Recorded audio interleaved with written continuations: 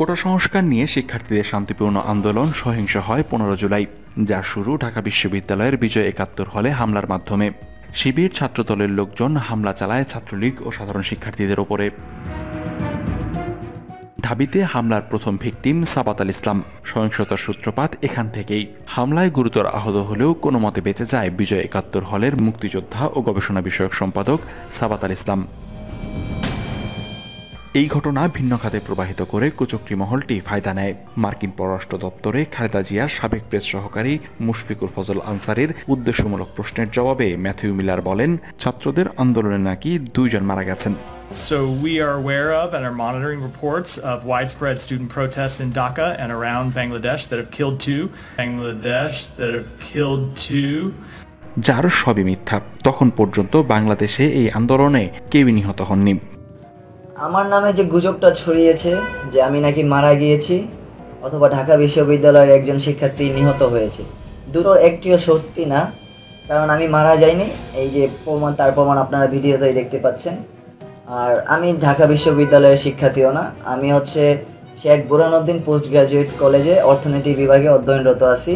তাহলে যারা নাশকতার পরিকল্পনা করলো তারাই যে মার্কিন স্টেট ডিপার্টমেন্টে ভুল তথ্য ছড়িয়েছে তা বলাই বাহুল্য। এমন খবর প্রচার করতে সমর্থ হওয়ায় ওই কুচক্রী মহল দেশের ভেতরে অস্থিতিশীল পরিস্থিতি তৈরি করতে সক্ষম হয়। সুযোগ বুঝে তারা সাধারণ শিক্ষার্থীদের আন্দোলনে ঢুকে পড়ে। 16 জুলাই দুপুর 1টার দিকে তারা ঢাকার নিউ মার্কেট এলাকা অস্থিতিশীল করে তোলে। এ সময় সায়েন্স ল্যাবে এক হকার শাহজাহানকে আন্দোলনকারীদের মধ্য থেকে গুলি করে হত্যা করা হয়।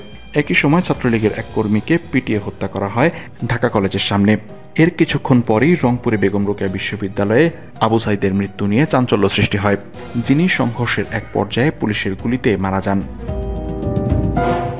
একবার ভেবে দেখুন তো, নিউ মার্কেট এলাকায় 2 জন মারা গেলেও তাদের জন্য কেউ বিচার চাইছে না। শুধুমাত্র সাইদ হত্যার বিচার কেন চাইছে? কারণ খুব সূক্ষ্মভাবে পরিকল্পনার মাধ্যমে এটি ঢুকিয়ে দেওয়া হয়েছে যে শিক্ষার্থীদের হত্যা করা হচ্ছে। একটি বিচ্ছিন্ন ঘটনাকে কেন্দ্র করে মানুষের আবেগকে কাজে লাগিয়ে তারা তাদের অসৎ উদ্দেশ্য হাসিল করতে যাচ্ছে। তারা যদি উদ্দেশ্যমূলক প্রচারক না হতেন তাহলে তো সবার বিচারই চাইতেন। এটা এখন পানির মতো স্পষ্ট যে ছাত্রদের ঢাল হিসেবে ব্যবহার করে কুচক্রীরা স্বার্থ হাসিল করেছে। একইভাবে এই আন্দোলনের জেরে প্রাণ হারিয়েছেন 3 জন পুলিশ সদস্য, 1 জন আনসার সদস্য, আহত 1000-এর বেশি, যাদের বেশিরভাগের আঘাতই মাথায়। বোঝাই যাচ্ছে মৃত্যু নিশ্চিত করতে চেয়েছিল তারা।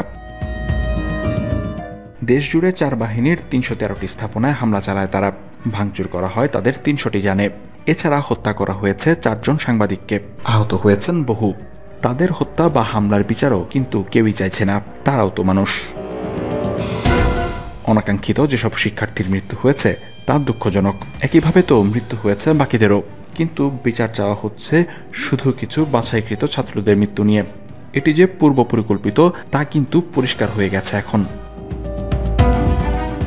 সরকারের পক্ষ থেকে বারবার বিভিন্ন গুজব বন্ধের চেষ্টা করা হয়, কিন্তু দুর্বৃত্তরা এর আগেই সুকৌশলে রাজধানী সহ সারা দেশে সহিংসতা করে। হামলা চালায় দুর্যোগ ব্যবস্থাপনা ভবন, সেতু ভবন, স্বপ্নের মেট্রো রেল সহ বহু স্থাপনায়। বাদ যায়নি হাসপাতালও। সারা দেশের অনেক স্থাপনা ক্ষতিগ্রস্ত হয়। তাদের রুখতে জারি করা হয় কারফিউ, মোতায়েন করা হয় সেনাবাহিনী। সেনা সদস্যরা মাঠে নামার কয়েক ঘন্টার মধ্যেই তারা পুরো পরিস্থিতি নিয়ন্ত্রণে আনে। শান্ত হয় পুরো দেশ, স্বাভাবিক হয় পুরো পরিস্থিতি। কিন্তু সেই কুচক্রী মহল এখনও সক্রিয়।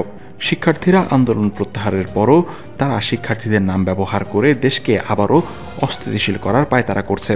কয়েকটি জায়গায় তারা ইতিমধ্যে একত্রিত হওয়ার চেষ্টা করেছে, কিন্তু সেনাবাহিনী মাঠে থাকায় তারা কিছুই করতে পারছে না। এই স্বার্থান্বেষী মহলের গুজবের বিরুদ্ধে সচেতন থাকতে হবে, না হলে বিপদে পড়তে হবে আপনার নিজেরও। কেননা দেশে অরাজকতা চললে আপনি নিজেও বের হতে পারবেন না, নিরাপদ বোধ করবেন না। দুর্বৃত্তরা যে ক্ষতি করেছে সেগুলো ঠিক করতে কাজও শুরু করা যাবে না। অনেকের অনেক গুরুত্বপূর্ণ কাজ আটকে যাবে। আপনার পরিবারের যে মানুষটি বিদেশে আছে সে আপনাদের নিয়ে চিন্তায় থাকবে। রেমিটেন্স পাঠাতে সমস্যা হচ্ছে, হুমকিতে পড়বে রিজার্ভ। দেশের অর্থনীতি বিপর্যস্ত হলে 20 বছরেও তা পুনরুদ্ধার করা যাবে না। বিদেশের শ্রমবাজার চলে যাবে প্রতিবেশী দেশগুলোর হাতে। তাই সচেতনতা অবলম্বন করে এই সময়টি পার করতে হবে। এমন কোনো কাজ করাই উচিত হবে না যাতে দেশ ও আপনি ক্ষতির মুখে পড়েন। যেমন আপনি কি লাইক, কমেন্ট বা শেয়ার করছেন সেটি করার আগে আপনি একবার ভাবুন, এতে সেই বাংলাদেশ বিরোধী কুচক্রী মহলের লাভ হচ্ছে না তো? সব ভেবে নিজের বুদ্ধিমত্তা কাজে লাগিয়ে ভালো থাকুন, নিরাপদে থাকুন।